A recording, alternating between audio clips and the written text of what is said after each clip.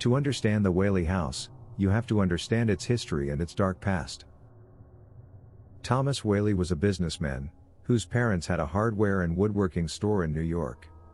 At the age of 26, Thomas Whaley departed New York for San Francisco, intending to profit from the California gold rush.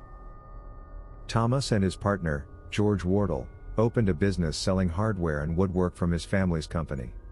Thomas was a very successful businessman who founded his own store on Montgomery Street, and built a two-story home with a view of the San Francisco Bay. The Whaley House's history began when the land on which the house was built was an undeveloped plot, with trees that were used as an execution yard near the municipal cemetery. This barren site was used to hang a convicted criminal in 1852, in front of a large crowd of local residents, including Thomas Whaley, who had realized the potential of this vacant lot.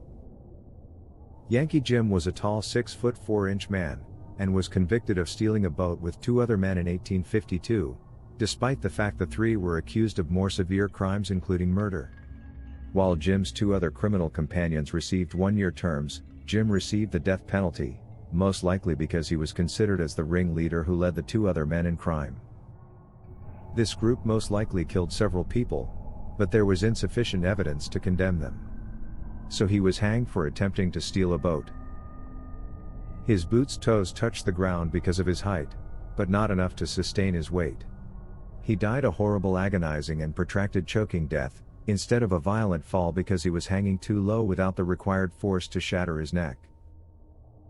In 1855, Thomas Whaley purchased the site and constructed a rat-proof granary with bricks from his own brick business.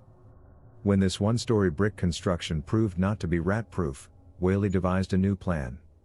He converted it into a business area for his own general shop, the Whaley and Crosthwaite General Store, in August of 1857.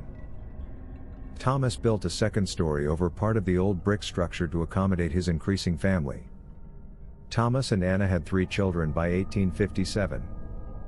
Francis, Thomas, and Anna. Unfortunately, after just a few months in their new house, this family suffered a personal and financial calamity in 1858. Thomas' business on the plaza was not only set ablaze by another arsonist, but his 18-month-old son Thomas died of scarlet fever in their new house. Thomas and Anna were depressed and devastated, so they relocated their family to San Francisco, where they still owned a property on the bay. They rented out both floors of their cherished house in San Diego. Thomas and Anna had 3 more children, George, Violet, and Corinne, who was known as Lillian, and Whaley found employment as an army commissary storekeeper. Anna's mother, sister, and brother moved in with them as well. For 9 years, the family had a solid home life. Thomas was relocated away from his family in 1867, to assist in the conquest of Alaska. He opened businesses and built an American base in Sitka. Thanks to the inheritance money Thomas acquired from the sale of some family property, the Whaley family intended to return to their favorite brick home in San Diego soon. He acquired some stocks and renovated his rundown brick house in San Diego. They rented it out in October of 1868. Then leased their master bedroom to the Tanner Troupe Theater for 6 months in order to earn money for expenditures. Their daughters Anna and Violet married in 1882. Anna's marriage was very happy. Violet's marriage, on the other hand, turned out to be a nightmare. Violet married George Bertolacchi, and had suffered with emotional disorders her whole life. George abandoned Violet after only 2 weeks of marriage. Violet's heart had been crushed, and this major event had sent her into a deep depression. Violet shot herself in the bathroom on August 18, 1885, despite the best efforts of the family doctor. Thomas Whaley discovered her, and brought her onto the parlor sofa, where she died in his arms.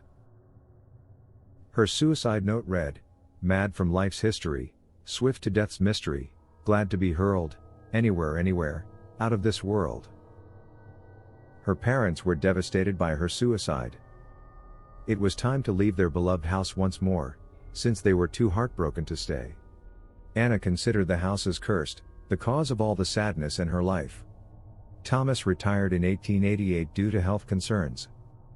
Francis, his son, took over the family business. In 1890, Thomas died in the house. Francis returned to the family home in 1909, when he began and completed a renovation that substantially enhanced the Whaley house's appearance. With the exception of his younger sister Anna, who died in 1905, his mother Anna, his younger sister Lillian Corinne, and his brother George resided there. In 1913, Mother Anna died in the house. Francis Whaley, the family's eldest son, died in the house in 1914. After nearly 16 years in the house, George died in 1928, leaving Lillian to live alone in the house until 1953, when she had a serious fall and developed dementia. The Whaley house was ordered to be liquidated by a court order in order to raise finances for her care. She died only a month later.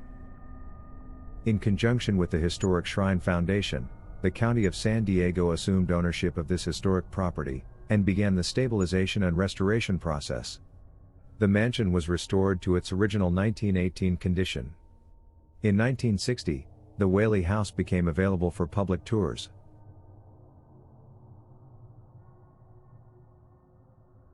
In 2005, Life magazine called the Whaley House the most haunted house in America. When George returned to the old family house in 1909 to rebuild it, he also had encounters with the souls of his father, Yankee Jim, baby Thomas, and Violet, as well as the woman inhabiting the old courtroom chamber. George would try to speak with the ghosts in the house by closing all the windows and draperies. When Lillian lived at the house, she rented out the other rooms to boarders, who also claimed to have had encounters with all of the spirits, as well as her parents, Anna and Thomas. Thomas has been seen often. On the second story, he is seen relaxing in his main bedroom, looking out the window while smoking. His powerful laughter may be heard from the second floor. Thomas has been spotted going about his daily routine inside the residence. He has appeared suddenly at the top of the stairs, wearing pantaloons and a black cap, checking on everyone while the servants stood near the steps. Because Thomas and Anna have shared their home with the public for most of their lives, and they continue to do so now. Once an employee was surprised to notice that the front door and upstairs windows were all locked at the same time, as soon as the last guest had departed, during one very busy visitation day with many people going all about the house. Even for welcoming spirits, Thomas and Anna were saying enough was enough in a forceful but pleasant tone. The employees agreed, so they just closed the house early that day. Yankee Jim. This tall, previously surly figure began making his presence known shortly after the Whaleys moved into their new house, and has continued to do so ever since, still enraged by his death and unnecessary suffering. Before the house was erected, Jim was suspended above the area where the archway between the parlor and study stand today. He stamped his feet over the second-floor corridor when everyone was downstairs for the Whaley family, as well as others who had rented rooms there. The first people to hear this thing trampling were Thomas Whaley and his family. Mr. Whaley would exclaim when heavy boot footsteps were heard rushing over the second level, according to the youngest daughter Lillian, "Don't worry, it's just Yankee Jim." Yankee Jim was taken with a new attractive female tour guide. Perhaps to show support, he dressed himself like a solid actual person, and stood behind her, while she delivered her first tour. After the tour, numerous guests who assumed he was part of the group, told the tour guide everything about him. This tour guide was baffled as to why her customers were smiling at her. The mother Anna's presence is both visible and unseen. In one of her writings, Lillian describes how she saw both of her parents' ghosts in the house. While going about her daily tasks, she keeps an eye on the visitors. In the children's room, she has been spotted folding clothing. Anna also enjoys spending time in the parlor. She has been seen briefly seated on the sofa, dressed in a cheerful green gingham frock. Mediums must get Anna's permission to come up to the second floor on occasion. Violet's desire to be alone to mourn is something she tries to safeguard. Violet may be seen and felt on the second level, near the bedrooms and hallway, desiring isolation from the outside world. Although killing herself did not help her overcome her despair, she now has her family with her. Her ghost may also be seen in the parlor, where she died in her father's arms. She prefers to stand in the parlor's archway. Annabelle Washburn, A young neighbor girl and one of the Whaley girls' playmates ran into the clothesline, accidentally wrapped the line around her throat, and was choking when rescued, but it was too late. She was carried into the kitchen barely alive, but sadly died. Her spirit has been reported to still dwell there. She was described as having red hair and wearing clothing from the late 1800s. Sometimes she is clearly visible outdoors, sniffing the flowers. The little girl enjoys playing with the toys in the children's playroom, as well as in the kitchen and dining area where she died. 18-month-old Thomas is described as a busy little child, similar to living toddlers. In his parents' room, he can be heard weeping. He also enjoys laughing and running about like a real child. His little feet may be heard running all over the home, particularly on the second story. He enjoys playing with the toys in the playroom as well. Doors and windows will open and close at any time. The building is filled with disembodied sounds. Unseen spirits appear to eat at the dining room table. Especially around the holidays, the living hear all of the noises associated with such an occasion, such as silverware clinking against china, cooking scents, and the smell of freshly made bread and pies. Staff claim they can hear a piano being played, music and singing, and a party in progress.